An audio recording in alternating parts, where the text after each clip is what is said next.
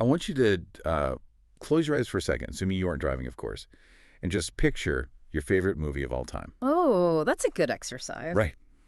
Just think about the protagonist. Yeah. And now I want you to go to the very beginning of that story, like Mm-hmm. the first 10 or 15 minutes, Hmm. and ask yourself a really simple, fundamental question. Why doesn't this character's story begin with freedom? Yeah, that is the question, isn't it? I mean, think about it. Whether it's, the ancient myths you learned in grade school or massive summer blockbusters or even just the fantasy novel on your nightstand right now, they almost universally begin with a wound or a profound loss, a paralyzing fear, or just some sudden catastrophic danger. Absolutely. The protagonist's life is always a mess, or, it's right about to become one. It's one of those patterns that is so ubiquitous, we are completely blind to it. We just accept it as the way stories have to work. But when you step back and look at the sheer volume of these narratives, it is deeply profound. I mean, the protagonist is almost always living a life that is abruptly shattered by something completely outside of their control. Yeah, they're thrown right into chaos. Right. And we just sit there eating our popcorn thinking, yep, this is how a meaningful life begins. Right. And, well, you brought a stack of sources today for this deep dive that completely upends how we look at this. Oh, he really does. These sources suggest this isn't just about screenwriting. It's a structural reading of how we function as human beings. Exactly. And the overarching argument here, the thesis we are going to be dissecting today, is that this entire framework, this hero's journey, is actually the process of moving from a state of reactive existence to the position of an author. And that distinction, that movement between reactive and author is everything. Yeah. We are going to look at how modern culture has fundamentally misunderstood what this journey actually is, How that misunderstanding traps us in these endless dramatic loops of struggle. Which is exhausting. Totally. Yeah. And what it actually looks like to finish the journey. Because, spoiler alert, most of the heroes we worship never actually finish their journeys. Okay, wow. So if the finish line is this position of the author, let's look at the starting line. Let's do it. When we first meet these characters, they're usually in the absolute worst moment of their lives. Yeah. Like a village burns down, Right. an alien ship blocks out the sun, a dog is killed, It's the inciting incident. Right. That's what they call it. the inciting incident. But the sources argue this is not just an accident of plot mechanics just to get a protagonist out of the house. It is a structural necessity. Okay. The hero must begin as a subject to whom something is happening. They are not initiating action. They are entirely defined by the external impact. They're an object reacting to a force. I have to push back on that a little bit, though. Sure. Because when I picture a hero, especially in the movies we love, I don't really picture a victim. I picture someone bold, decisive, someone who kicks down doors. Right. Are you really saying that structurally, at the very beginning, someone like John Wick or Batman is essentially a victim of circumstance? Absolutely, I am. Wait, really? Yes. Let's look at the examples you just gave. Batman is the ultimate reactive hero. Okay, how so? He literally sits around waiting for a giant spotlight in the sky to tell him what to do. Oh my gosh, I never thought of it that way. Right. His entire existence is a reaction to the trauma of his parents' death, and his nightly routine is entirely dictated by what the villains of Gotham choose to do. Yeah. He doesn't initiate, he responds. Wow, so the bat signal is literally a symbol of reactivity. Exactly. He's literally waiting for the world to give him an excuse to act. Okay, what about John Wick, though? Well, John Wick, Yeah. he is a terrifying force of nature, yes. Right, he's incredibly lethal. He is decisive and lethal, but structurally, he is purely reactive. Because of the home invasion. Exactly. If those guys don't break into his house and steal his car, he spends the rest of his life quietly sitting on his couch watching television. That's hilarious, but true. His entire rampage is dictated by an external threat that invaded his space. He is moving incredibly fast and he looks powerful, but the universe is the one pulling his strings. Yeah. He was pushed out of his static equilibrium. Right, he didn't choose the rampage chose him. Precisely. It implies a total lack of consent. You don't choose to be expelled from your comfortable life. You are violently thrown out of it. And this brings us to the psychology beneath the plot. The sources point out that this physical expulsion mirrors a specific internal state, what they call the reactive mode of existence. Reactive mode of existence. Okay. This isn't just about ducking a punch. It is an entire regime of living. It's a paradigm where the external world is the primary driver of your internal state and your behavior. The sources describe this reactive mode as a state where a person observes, evaluates, and reacts to threats. It sounds a little clinical, honestly. How does that actually feel on a day-to-day basis? To understand how it feels, the material introduces this concept of the second position. Second position. Yeah. Think of it as having a permanent inner observer in your head. Instead of just existing and acting directly in the world, your relationship to everything is mediated. Mediated how? You are constantly watching yourself interact, you're scanning the environment, assessing risks, and calculating the safest or, most necessary response to the pressures around you. Hold on, let me try to ground this for you, the listener. It's like playing a game of dodgeball. Oh, I like that. If you are on the court and there are 6 people throwing balls at your head, your entire reality narrows. Right, tunnel vision. Yeah. You are intensely observing the balls, you are evaluating their speed and trajectory, and you are reacting. You're ducking, diving, jumping. You feel incredibly I engaged. skip the zone. Exactly. You are sweating, your adrenaline is through the roof. But if we freeze the frame, you aren't actually dictating the game. Yep. You aren't throwing anything. Yeah. You are entirely dictated by the external threats. That is a phenomenal analogy, because what happens in that game of dodgeball, you feel like you have immense agency. You are making split-second choices, duck, left, jump right. Right. I survived that throw, therefore I am powerful. Exactly. And this is the great deception of the reactive mode. We mistake high-energy reactivity for true agency. Wow. Surviving a crisis isn't the same as choosing a direction. We think that because we are moving fast, managing our overflowing inboxes, putting out fires at work, dealing with family drama, that we are the authors of our lives. We're just busy. Right. Fundamentally, we are still existing in a state of objecthood. The mantra of this mode is things happen to me. It's never I initiate action from nothingness. Even if I dodged the ball perfectly, the ball still started the sequence. Yes. I was just the physical object the ball interacted with. I wasn't the player initiating the throw. That is a brutal realization. It really is. If you apply that to corporate life, it's devastating. You think you are a high-powered executive, but really, you are just a highly paid professional dodgeball player, entirely reacting to market forces, angry clients, and competitor moves. And this mode is deeply ingrained in us because it is incredibly stable for the human ego. Wait, stable. But dodgeball is exhausting. How is that stable? Well, it is exhausting, yeah, but it provides a very clear, unambiguous set of rules. As long as there is a threat to react to, your ego knows exactly what its job is. Which is to survive. Survive, fix the problem, fight the bad guy. It doesn't have to face the terrifying existential void of asking, what do I actually want to create in this world? It just has to respond to what is directly in front of it. Okay, this bridges perfectly into something I've been wondering as I read these sources. If this reactive state is ultimately a lower state of agency, if it's basically just being an object dodging balls, why do we find it so incredibly compelling? All right, why do we love it so much? Yeah, why is this the exact structure of all our entertainment? Why do we pay $30 at the movie theater to watch someone be reactive for 2.5 hours? Because, according to the sources, cinema and mass culture are not just harmless entertainment. They function as a factory of states. A factory of states. Uh-huh. That is a heavy phrase. It sounds almost dystopian, like we were on an assembly line. It is a bit dystopian. The text argues that the medium of cinema is a machine designed to install a specific mode of being into the viewer. Okay.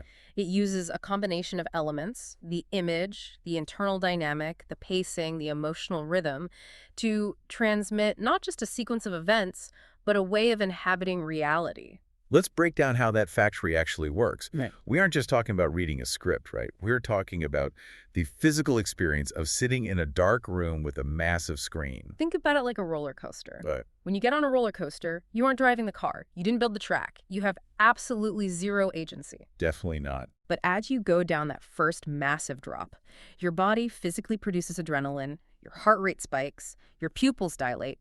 The roller coaster is a machine that tricks your nervous system into experiencing the biological state of mortal danger without actual danger. Right. Cinema does the exact same thing, but for psychological states. So when the hero is pushed to the absolute brink, when they are exhausted, out of ammo, the villain is closing in, and Hans Zimmer's score starts swelling in the background, my nervous system is mirroring that. Yes. The film is bypassing my intellect and physically transmitting that state of desperate reactivity right into my body. Exactly. And here's where it gets insidious. The text points out that mass culture takes this reactive half of the hero's journey and completely romanticizes it. Romanticizes the struggle. Yeah, the hero's made to feel special because they are struggling. They're defined by the trial. And as a viewer, you absorb this, you internalize this. Well, the sources call it an internal submodality of self-experience. Whoa, okay, internal submodality. Let's bring that back down to Yes. earth. Are you basically saying it's a flavor of how we view ourselves, like a lens we put on? Exactly. It's the lens through which you measure your own worth. The film factory teaches you that to be a protagonist, you must be struggling. You must be overcoming an immense external force. Right. So you start to view your own life through that cinematic lens. You start to romanticize your own stress, your own burnout, your own conflicts, because that makes you feel like the hero of the movie. That is deeply unsettling. Isn't it? We leave the theater wanting our own lives to have a dramatic soundtrack. This means we aren't learning how to be the authors of our lives. We are actively being trained to experience life as a perpetual trial. We start subconsciously waiting for a crisis so we can feel chosen. We actually want the dodgeball to be thrown at our heads Right. just so we can prove how spectacularly we can dodge it. That is the tragedy of it. Culture installs this dramatic mode of being where you do not live from yourself. You live from the archetype of a character who must always be challenged. If your life is peaceful, if there are no dragons to fight, the factory of states has taught you that your life is boring, meaningless, and you are not a hero. So we go pick fights. We Okay. create drama in our relationships. We take on toxic jobs just to keep the movie going. Exactly. We self-sabotage to restart the plot. But wait, if we are trapped in this loop, enjoying the thrill of the roller coaster, how do we ever get out? Because the whole point of this deep dive is how to move from reactivity to authorship. Something has to shatter the illusion. And that shattering is incredibly painful. This is where the journey truly launches, and it begins with an encounter with the unknown, which inevitably triggers profound fear. The sources mention the fear of death here. But I want to be clear for you listening. We aren't just talking about a physical fear of dying, are we? It feels much more psychological. We are talking about the death of the ego structure. Okay. Remember when we talked about how stable the reactive mode is? How it gives the ego a clear set of rules? Yeah, the rules of dodgeball. Well, the unknown is, by definition, the place where those rules no longer apply. Right. It's the place where dodging doesn't work anymore. Exactly. The fear of death here serves as a basic existential experience that fixes the reactive existence in place. When you are reacting, you are preserving your current form. You're holding on to who you are. You are trying to keep the game of dodgeball going because at least you know the rules. But to move toward authorship, you have to face a crisis that the reactive mode cannot handle. The old strategies have to fail. And what happens then? When they start to fail, the ego generates massive, paralyzing fear to stop you. It screams at you to retreat to safety. So the ego is basically saying, stay here in the terrible, stressful dodgeball game. Yes, you're getting hit. Yes, you're miserable. But at least we know who we are in this gym. That's exactly it. The fear is a defense mechanism against growth. The text actually calls fear the first enemy of a man of knowledge. Yes, that's a classic concept. Fear appears right before the threshold of the unknown, and it has the absolute power to completely stop the journey in its tracks. If you yield to that fear, you retreat. You go back to being a reactive object, convinced that mere survival is the highest possible achievement. I know so many people stuck exactly there. All do. They had a moment, a crisis, a sudden realization that their life wasn't their own. And the fear of changing it was so overwhelming that they just buried their heads back in the sand and doubled down on the reactivity. It's the safer bet.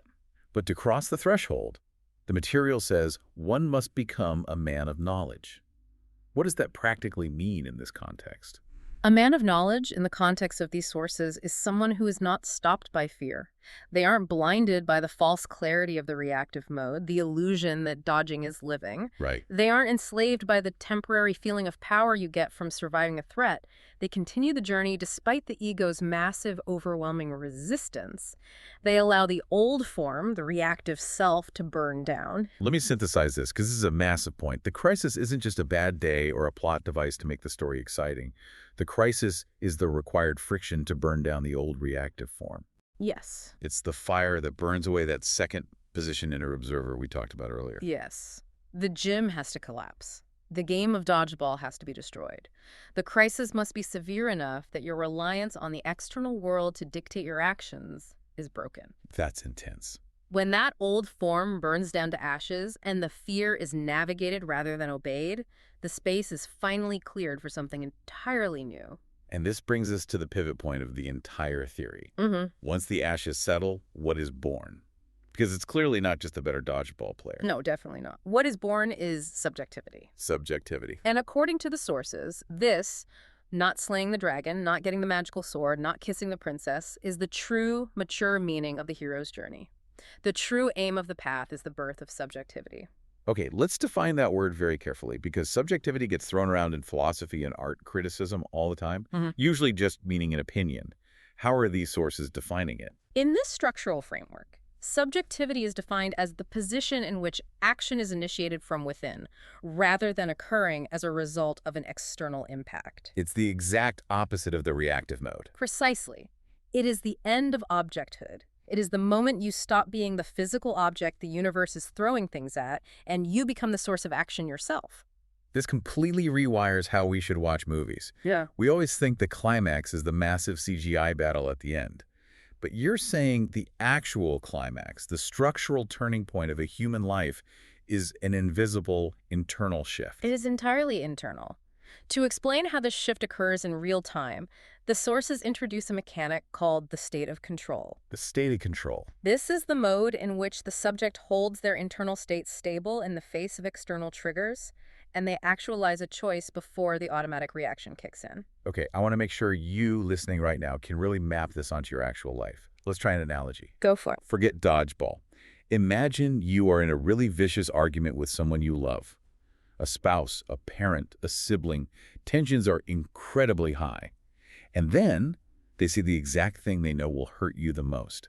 They hit your deepest insecurity perfectly. Oof, yeah. We have all been there. The emotional impact is immense. Right. Now, the reactive mode, the old way of being, is snapping back instantly. It's an automatic defensive reaction. You yell back, you bring up their past mistakes, or you storm out and slam the door. Right. You're acting, sure, but your action was entirely dictated by their trigger. You are an object bouncing off another object. Yes. In that scenario, you have zero agency. You are just a biological machine running a defensive script. But the state of control is different. It's that agonizing, brilliant split second where the insult hits you. But you hold your internal state. You feel the heat in your chest. You feel the instinct to lash out. But you don't let the external impact dictate your internal weather. Exactly. You create a gap. You create a gap. And in that tiny silent gap, instead of reacting, you consciously decide your next move. You look at them and say, why would you say that to me? Or you just walk away, not out of anger, but out of choice. In that split second, you have stopped being an object and become a subject. That is exactly it. In that split-second gap, you have defeated the reactive mode. The world no longer moves you. The threat no longer dictates your choice. It's beautiful, really. The trial is no longer required to create your sense of self. When you achieve that state of control, when subjectivity is born, the journey stops being a myth of adventure. It stops being about what is happening to you. Because if action truly comes from within, you are no longer defined by the friction of the outside world, and that unlocks the final destination. Yes. Once subjectivity is born, we arrive at the place we mentioned in our very first thesis statement. We arrive at the position of the author. But the position of the author, this is the real completion of the arc. This is where the journey is meant to end. Let's clearly define what it means to be an author in this context, because I think it's easy to confuse it with just being a winner. Oh, totally. The position of the author is defined as the position in which a person acts purely as an initiator and takes full, unmitigated responsibility for their choice and their action. It sounds incredibly simple, but when we contrast it with everything we've talked about for the last 40 minutes, it is a monumental shift in existence. Think about the contrast. In the position of the author, the hero is no longer a function of conflict. Right. Their identity is no longer wrapped up in being the scrappy underdog or the traumatized survivor or the chosen warrior who must defeat the Dark Lord. They are no longer defined by the shadow of the threat they are facing. They create because they choose to create, not because they are forced to defend. This shatters the traditional idea of heroism. We are so conditioned to think the journey ends when the dragon is slain and the hero stands over its body. But you're saying the journey only ends when the hero no longer needs a dragon to validate their existence. That is a beautiful way to phrase it. If the hero slays the dragon and then immediately goes to the tavern to ask around for rumors of another dragon to fight because they don't know who they are without a battle. Then the journey is a failure. Yes. They are just an adrenaline junkie. They are stuck in the reactive loop, waiting for the next external trigger to give them a sense of purpose. Exactly. The mature meaning of the journey is the scheme for the birth of authorship. The dragon wasn't the point. The dragon was just a tool. The dragon was just the extreme friction necessary to burn away the reactive ego so that the author could finally be born. Oh, man. Okay, if this is true, if the story truly ends when the hero becomes an author and doesn't need external threats to initiate action, what does that mean for the thousands of movies and sequels we consume every year? Oh, you see it now. Because I am suddenly realizing a massive structural problem with Hollywood. You are seeing the collision between the mature structure of human development and the financial demands of modern commerce. This brings us to why most films, particularly mass storytelling and massive cinematic franchises, leave the hero in an unfinished journey. They never actually let them arrive at the position of the author. They fake it. They cannot afford to let them arrive. Most films remain permanently trapped in the endless hero's journey. They keep the protagonist inside a very specific, highly lucrative loop. Just a cash grab loop. Right. It goes like this. A massive challenge is introduced. The hero reacts. They go through a crisis. They overcome it. They achieve a temporary victory. And then the sequel introduces a new challenge. And round we go. But why? Why does the old story machine break down once authorship is genuinely reached? Because, as we discussed earlier, mass culture is a factory of states. It is far better at selling reactive tension than it is at selling stable authorship. Because tension is exciting. Reactive tension is easy to manufacture. You just write a bigger explosion, a more evil villain, a higher stake. You put a bomb on a bus, and then the next movie you put a bomb on a boat. Classic. It reliably triggers the audience's nervous system.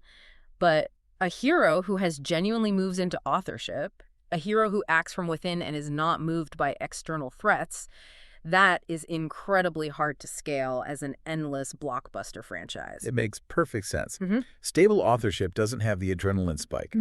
Think about a peaceful, self-authored person waking up, looking at the sunrise, and deciding to build a community garden because they intrinsically want to nurture life. Right. That is beautiful human development. But it does not sell a $200 million summer blockbuster in IMAX. Exactly. To continue a story where the hero has reached true authorship requires something profoundly difficult for mass media. It requires a completely different genre or a new subject or a different level of task that isn't based on physical threats and survival. Which takes actual creativity. And because that kind of artistic evolution is hard, writers take the lazy, commercially viable way out. What do? How do they reset the board? They push the hero backward. They violently strip them of their authorship. They invent new, artificial, external triggers. The hero is wounded again, deprived again, their peace is shattered again. They just undo all their growth. Exactly! They regress the character back into reactivity just so the story machine can run another cycle. Oh my God, yes. Think about Liam Neeson in Taken. Oh, perfect example. The first movie is a classic reactive journey. His daughter is taken, he reacts violently, but then they made sequels. How many times can you possibly lose a family member before it's just, like, poor time management? What's ridiculous? At a certain point, the universe isn't testing you, Liam. You just need a better home security system. It's absurd, but it proves the point perfectly. Or think about all those blockbuster sequels where the retired hero, who finally found peace at the end of the last movie, gets pulled back in for one last job. The one last job trope, yeah. Someone assassinated their dog, or kidnapped their wife, or destroyed their peaceful farm. We are supposed to view that as epic, but structurally, it's a tragedy. Yes, it is. That is the story machine violently forcing a developed human being back into a reactive loop because a peaceful, self-authored person isn't entertaining enough for us to watch while eating popcorn. Most franchises do not show hero development, they show hero regression. They drag the character back into reactivity because peace doesn't sell sequels. And what's worse, because cinema functions as that factory of states, it trains the audience to accept this regression as normal and even desirable. We start to believe that peace is inherently fragile, that authorship is an illusion, and that our true noble state is to always be waiting for the next shoe to drop. It traps our entire culture in a state of arrested development. We are a society of people waiting for the bat signal so we can feel important. That is the ultimate cultural critique embedded in these sources. This has been an incredibly dense, profound, and theoretical journey, but the structural coherence of it is mind-blowing when you lay it all out. Let's draw this entire deep dive into a final synthesis for everyone listening to make sure the through line is crystal clear. The structural formula, when synthesized, is remarkably precise. The hero's journey is the process of moving from a reactive existence to the position of the author. That is the alpha and the omega of the theory. Let's trace the steps of that formula one last time. The journey inevitably begins in reactivity. The hero is an object to whom things are happening. The familiar world is destroyed and they are expelled. Step 1. This reactive hero then passes through the threshold of fear, which is the ego desperately trying to maintain its old defensive dodgeball configuration. This resistance leads to a profound crisis, which eventually causes the collapse of that old form. The burning down of the gym. Right. The climax of this journey is not the physical defeat of an enemy, but the internal birth of subjectivity. That split-second gap. Yes, that split-second state of control where action finally originates from within rather than as reflex. And this subjectivity opens the door to the final destination, the position of the author.